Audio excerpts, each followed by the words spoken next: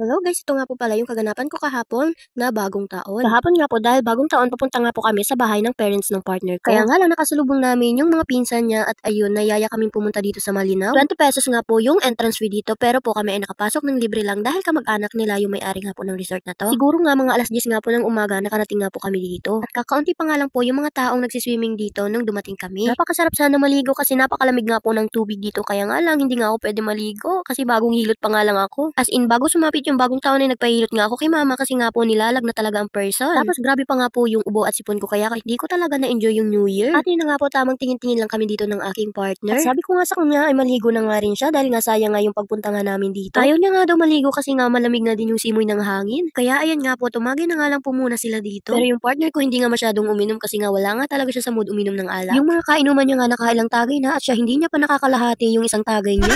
Habang sila ay nagiinuman, ayan, eto ako nakuha ko pang mag-video dito para sa pang-affiliate ko. Niyaya ko nga palang lumabas ang partner ko dito para nga po makapag-CR ako. Pero hindi na nga po muna kami bumalik doon sa may cottage kasi nga nag-basketball na nga muna kami dito. Nagpapawis nga lang kami dito kasi nga talaga namang nilalamig na nga kami kasi nga malamig nga talaga.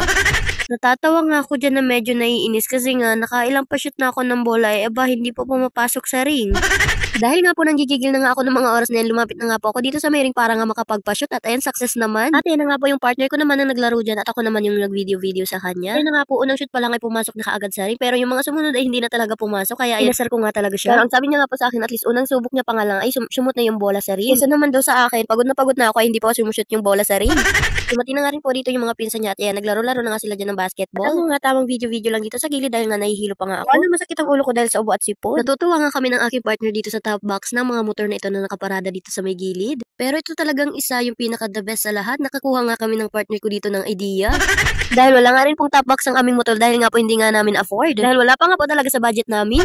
Sunod nga po namin tinambayan dito ay dito sa may tulay para nga po kami ay makapag-picture. Kaya nga lang hindi nga po ako nakapag-picture dyan sa may gitna ng tulay kasi nga nakakatakot na nga yung tulay dito. Kaya nga dyan lang sa may bungad kami tumambay nitong aking partner para nga makapag-picture. Para nga po sa akin mas gusto kong gumala sa mga ganitong lugar kaysa nga po sa mall. Napaka-presko na nga ng hangin, nakaka-relax pa. Tapos nga namin mag-picture doon ay pumunta na nga po kami dito ulit sa loob ng resort at ayan tamang kain-kain lang na chichirya dito sa gilid kasi nga hindi makapag-swimming ang person. At ito nga aking partner ay pinapaligo ko na nga. Kaya nga lang ayaw niya daw talaga maligo kasi nilalamig daw siya.